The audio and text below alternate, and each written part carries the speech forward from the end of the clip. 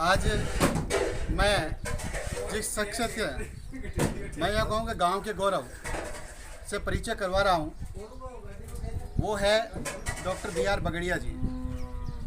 आप वो शख्सियत है जो कभी यहाँ गांव की झाड़ियों के बोर खाया करते थे। यहाँ पर वो पूरी मस्तियाँ आपने जैसे कृष्ण भगवान ने वृंदावन में की थी, वो पूरी मस्तियाँ यहाँ की थी। इसलिए पूरे अधिकार के साथ में मैं आज ये आपका वीडियो बना रहा हूँ।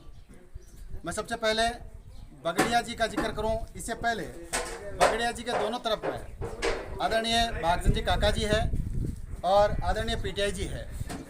आपका संसार केवल एक कमरे तक सीमित हो गया था और उसका कारण यह था कि आपके घुटनों ने काम करना बंद कर दिया था। तो आपके संसार को विस्तार देने का काम जो किया वो आदरणीय बगड़िया जी ने किया। मैं यदि यूँ कहूँ कि तूने लाखों की ज़िंदगी सवारी, अब संवरने की बारी हमारी, उसके तहत आपने हज़ारों ऑपरेशन ऐसे किए हैं जिन बेसहारों को आपने सहारा दिया है। वास्तव में आपके नाम के साथ में हमारा मान, सम्मान और अभिमान जुड़ा हुआ है। अभी हाल ही के दिनों में, पिछले दिनों में एक अखबार में एक बहुत बड़ी फ़ोटो कवरेज की गई थी और जिसमें लिखा गया था बगड़िया जी के द्वारा किया गया भारत का सबसे वयोवृद्ध महिला का घुटना ट्रांसप्लांट, जिसमें बताया जाता है कि 102 वर्ष की महिला जो है अपने घुटनों का ट्रांसप्लांट करा के अपने पैरों पे जाती है। अभी कश्मीर की युवती का इंटरव्यू छपा था तो आपका नाम मेडिकल की क्षितिज पर बहुत बड़ा है, इसमें कोई दो राय नहीं है। जब भी गांव के बाहर मेडिकल डिपार्टमेंट की बात आती है तो अड़सर का कोई आदमी ऐसा नहीं है जो आपका नाम नहीं लेता हो। मैं बहुत ऊंची बात नहीं करूंगा, हो सकता है मेरे शब्द सस्ते हो, तो मैं आपको उन बगड़िया से जोड़ता हूं जब आप दूसरी क्लास में थे, 5वीं क्लास में थे, 10वीं क्लास में थे। तो मैं चाहूँगा कि एकदम फ्लैट और एकदम सीधी सपाट बात आप हमें बताएं आपके कैरियर के बारे में। आपने 10th कहाँ से की, 12th कहाँ से की, आपका मेडिकल का सफ़र कैसा रहा, तो इसके बारे में। और चाहूँगा कि ये अड़सर का चैनल है और अड़सर पे आपने वो बात की है जो हर कोई नहीं जानता। मैं सीधा आपको डॉक्टर बगड़िया जी से जोड़ता हूँ आपके अध्ययन के कैरियर में और आपके मेडिकल के कैरियर के बारे में। आप सीधा जयपुर तक जो पहुँचे, दिल्ली तक जो पहुँचे, वो आप हमें बताएं। नमस्कार। आपने आज बिल्कुल बेसिक इंटरव्यू की बात कर दी है और गांव के बीच में बैठा हूं तो मुझे कोई वो नहीं है हिचक कि मैं क्या बोल रहा हूं। मेरा प्राथमिक जो एजुकेशन है वो हमारे गांव की 5वीं की स्कूल है, बिल्कुल बेसिक स्कूल है, वहाँ पढ़ा हूँ। और उसके बाद में 6th से 10th तक जो हमारा एजुकेशन है वो हमारे गांव की स्कूल है। हमारे गुरुजन्स मेरे दोनों तरफ बैठे हैं, इन्हीं से मैं पढ़ा हूँ। और 10वीं के बाद में 12वीं, 11th और 12th मैंने रामगढ़, दाता रामगढ़ से किया था। उसके बाद मुझे पता लगा कि यार 12वीं करने के बाद में डॉक्टर बनते हैं। बेसिकली मतलब उस टाइम तो लोगों को पता भी नहीं था। और फिर मैंने पीएमटी का एग्ज़ाम की तैयारी के लिए मैं दिसंबर में जोधपुर गया था। एक्चुअली उस टाइम मैंने एक फार्मेसी में एडमिशन लिया था, मेरा फार्मेसी में हो गया था। तो लोगों ने कहा कि यार आप मेडिकल में भी जा सकते हो। और ऑलमोस्ट 4 महीने की सेल्फ स्टडी से ही मैं मेडिकल में मेरा सिलेक्शन हुआ था। उस टाइम 211वीं रैंक मेरी आई थी पूरे राजस्थान में, 96 की बात है ये। देखो, एक बार जब किसी का आपको रफ्तार मिल जाती है, चाहे स्टूडेंट कोई भी हो, फिर आप रुकते नहीं हो। आपकी इच्छाएं, आपके आकांक्षाएं इस तरह की होनी चाहिए। लेकिन इनकी सबके लिए मोटिवेशन बहुत ज़रूरी होता है। ये सारा मोटिवेशन फैमिली से मिलता है, गुरुजन से मिलता है, दोस्तों से मिलता है, चारों तरफ के जो आपके लोग हैं उनसे मिलता है। मुझे भी मिलता रहा। MBBS करने के बाद में मैंने MS किया था ऑर्थोपेडिक सर्जरी में SMS हॉस्पिटल से, जहाँ पूरे राजस्थान में मेरी 10th रैंक थी। और कोई ऐसा नहीं है, आपकी लगन ही काम आती है, आपकी स्टडी ही काम आती है। होशियार होना, मैं नहीं मानता कि कोई बहुत कमज़ोर है या कोई बहुत होशियार है। यदि आप मेहनत करते हो समय के साथ तो आपको रिजल्ट तो मिलेगा ही मिलेगा, उसमें कोई इफ एंड बट नहीं होता। MS मैंने करने के बाद में 3 साल का, 2003 से 2006 के बाद मैंने मेरे सराउंडिंग लोगों से मैंने ये देखा कि ऑर्थोपेडिक्स में एक वाइड स्पेक्ट्रम है। ऑर्थोपेडिक्स लेकिन मुझे कुछ अलग करके आना है। तो मैंने 2 साल का super specialization sir Gangaram hospital Delhi से जॉइंट रिप्लेसमेंट में किया और 2008 में मैं जयपुर SK सोनी हॉस्पिटल में फर्स्ट कंसल्टेंट बना था, उस टाइम जूनियर कंसल्टेंट। उस टाइम राजस्थान में जॉइंट रिप्लेसमेंट नहीं होते थे, बहुत कम होते थे और ज़्यादातर पेशेंट अहमदाबाद या बॉम्बे जाते थे। बड़े लोग ही जॉइंट रिप्लेसमेंट करा पाते थे, गांव के लोग तो बहुत मुश्किल था।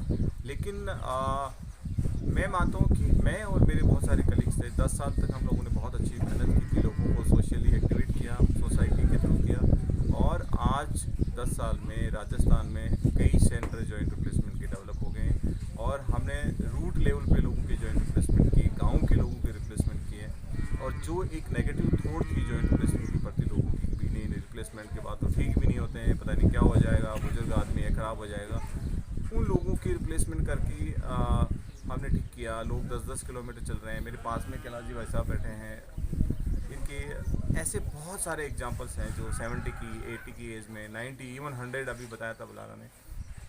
102 साल की अम्मा का भी हमने नी रिप्लेसमेंट किया। उसका मतलब ये नहीं है कि 110 साल में करना चाहिए नहीं करना चाहिए। यदि वो 3 साल भी यदि कोई लेडी या कोई पर्सन जीता है बिना दर्द के तो किसी भी उम्र में रिप्लेसमेंट कर सकते हैं। वो एक बहुत बड़ा मोटिवेशन था लोगों के लिए और लोगों को लगा यार रिप्लेसमेंट एक 100 साल की अम्मा करा सकती है तो हम भी करा सकते हैं। वो एक बहुत पॉजिटिव एक माहौल बना और आज मैं मानता हूँ कि रिप्लेसमेंट के प्रति जो नेगेटिव थॉट है वो बिल्कुल ख़त्म हो चुकी है और बहुत नंबर में लोग जॉइंट रिप्लेसमेंट करके एक 60 और 70 की एज में जो लाइफ रुक जाती है घुटने दर्द के कारण से वो वापस रीस्टार्ट कर लेते हैं और 10-20 साल आराम से अपनी ज़िंदगी के जो बहुत महत्वपूर्ण लाइफ होती है वो सेल्फ डिपेंडेंटली कर लेते हैं।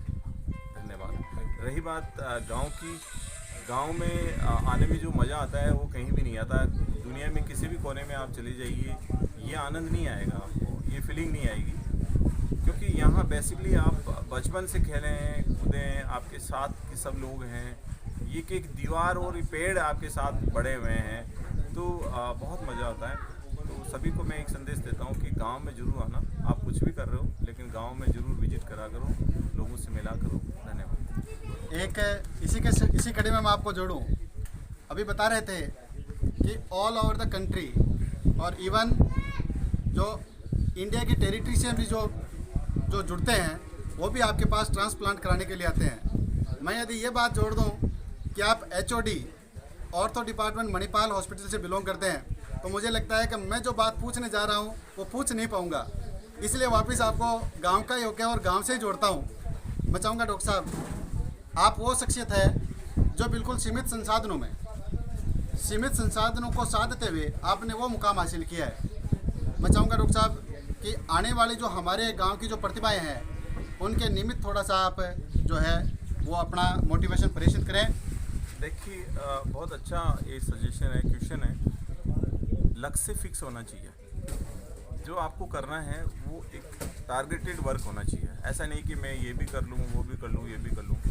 यदि आपका लक्ष्य फिक्स है तो हो सकता है आपको समय लग जाए, 1 साल की जगह 2 लग जाए 3 लग जाए, लेकिन आप डेफिनेटली उसको अचीव करोगे। और यंग जनरेशन के लिए सबसे इम्पोर्टेंट ये है कि अभी जो बहुत सारे ऑप्शंस खुल गए हैं। एक पुराना ज़माना था कि जिसमें बहुत कम लिमिटेड ऑप्शंस थे। ऐसा नहीं है कि आपको एक ही फील्ड बहुत इम्पोर्टेंट है। अभी AI आर्टिफिशियल इंटेलिजेंसी का ज़माना आ गया, कंप्यूटर साइंस का ज़माना आ गया, मेडिकल साइंस बहुत ग्रो कर रहा है।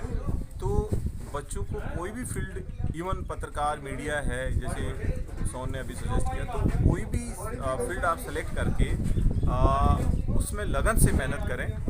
और ये जो फाल्स जो बना हुआ है, सूडो जिसको अपन जो भौतिकवाद बना हुआ है, एनवायरनमेंट जो बना हुआ है, उससे बचें। क्योंकि जब मेहनत करोगे तो ही आपको उसका रिजल्ट मिलेगा। और दिखावा में कम ध्यान दें। एक्चुअली मेहनत से ही आप आगे बढ़े, तभी आगे जा कर के आप समाज में कुछ योगदान दे पाओगे। धन्यवाद। एक इसी के साथ मैं आपको बता दूं डॉक्टर साहब, आप वो प्रेरक व्यक्तित्व है जो इस भौतिक युग में भी, इस भागदौड़ भरे जीवन में भी संयुक्त परिवार को साथ देने की कला रखते हैं। आपको बताते हुए बड़ा हर्ष हो रहा है और गर्वोक्ति भी हो रही है कि आप ही के बड़े भाई साहब के एक बच्चा परवीन जो है आप ही के पास पढ़ करके आप ही के पास पढ़ बढ़ करके DO LIC बनते हैं। उसका छोटा भाई राम जो है वो SRM कॉलेज से BTech कर रहा है। और मैं समझता हूँ इतनी व्यस्तता के बीच में भी आप अपने पूरे परिवार के लिए समय निकालते हैं, पूरे गांव के लिए समय निकालते हैं। मैं चाहूँगा जो भी व्यूवर्स इस मेरी बाइट को सुन रहे हैं वो इस बात के ऊपर विचार करें और अपने गांव गुआड़ अपनी गली से जुड़ने की कोशिश करें। हो सकता है आपके जुड़ने से आपको देखकर कोई दूसरे भी जुड़े। तो कहते हैं ना, दिया से दिया जले तब जाके कोई बात बने। इन्हीं शब्दों के साथ मैं अपनी वाणी को विराम देता हूँ। बहुत बहुत धन्यवाद।